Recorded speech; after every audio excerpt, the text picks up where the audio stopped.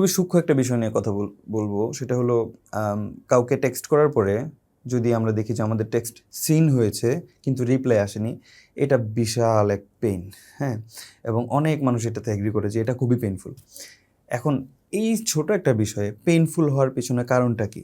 কারণ হলো মানুষ শুধু রিজেকশনে কষ্ট পায় না, মানুষ আনক্লিয়ার রিজেকশনে আরও বেশি কষ্ট পায়।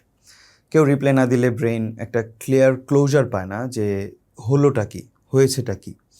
ফলে ব্রেনের যেহেতু আরেকটা স্বভাব আছে, সেটা হলো ইনকমপ্লিট কোনো কিছু সে পছন্দ করে না, সে সব কিছুকে কমপ্লিট চায়।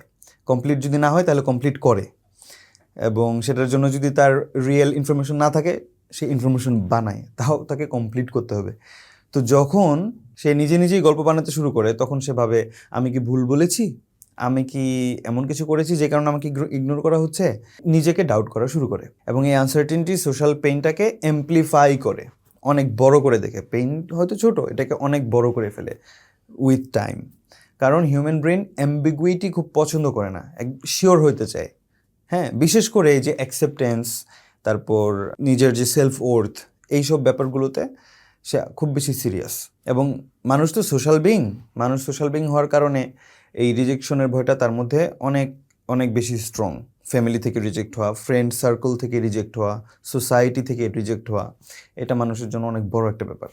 এটা সেলফ ওয়ার্থের সাথে সরাসরি সম্পৃক্ত। এই জন্য সিন জোন হওয়ার পরে এই কষ্টটা শুধু এমন না যে আমার ইগোতে লেগেছে, ব্যাপারটা শুধু ইগো না, ব্যাপারটা হলো বিলং করা, কোথাও বিলং করা। আমি এই ফ্যামিলিতে, এই ফ্রেন্ড সার্কেলে, এই মানুষটার সাথে I belong to the person, I belong to the family.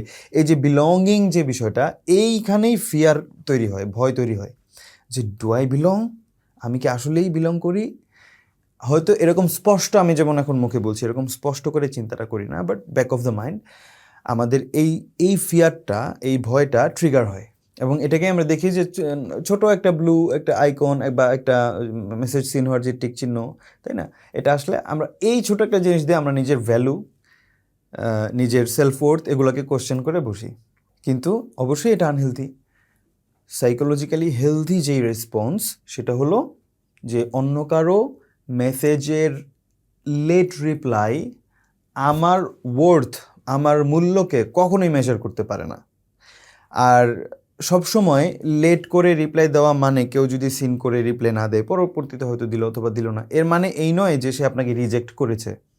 আমরা কিন্তু সেই ব্যক্তির সিচুয়েশনটা জানি না। আমরা অনেক সময় ধরে নেই যে হ্যাঁ তার তো কোনো কাজ নাই, আমি ভাবছি কাজ নাই, কিন্তু থাকতেও পারে কাজ, তাই না? এবং কাজ থাকে মানুষের। সো এই জায়গাটা চিন্তা করা। এবং সাইলেন্স মানে কেউ যদি একটু সাইলেন্টও থাকে, সেটার মানেও কখনো এমন না যে আপনাকে উনি রিজেক্ট করে দিয়েছে। হ্যাঁ, আর যদি রিজেকশন করেও থাকে, কেউ যদি আপনাকে রিজেক্ট করে, করতেই পারে, কেউ যদি আপনাকে রিজেক্ট করে, আপনার ভ্যালু তো মানে জিরো হয়ে গেল না। কারণ কারো রিজেক্ট করা আপনার ভ্যালুকে ডিফাইন করতে পারে না। এটা কখনোই একটা ফাইনাল ভার্ডিক্ট হতে পারে না যে আপনার ভ্যালু কি, সেটা ডিপেন্ড করবে অন্য কেউ আপনাকে অ্যাকসেপ্ট করলো নাকি রিজেক্ট করলো, এটা নিয়ে।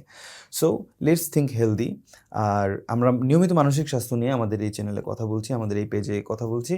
আমাদের ভিডিও যদি ভালো লাগে তাহলে আমাদের পেজটিকে ফলো করতে পারেন এবং আমাদের সাথে থাকবেন। সবাই ভালো থাকবেন। আল্লাহ হাফিজ।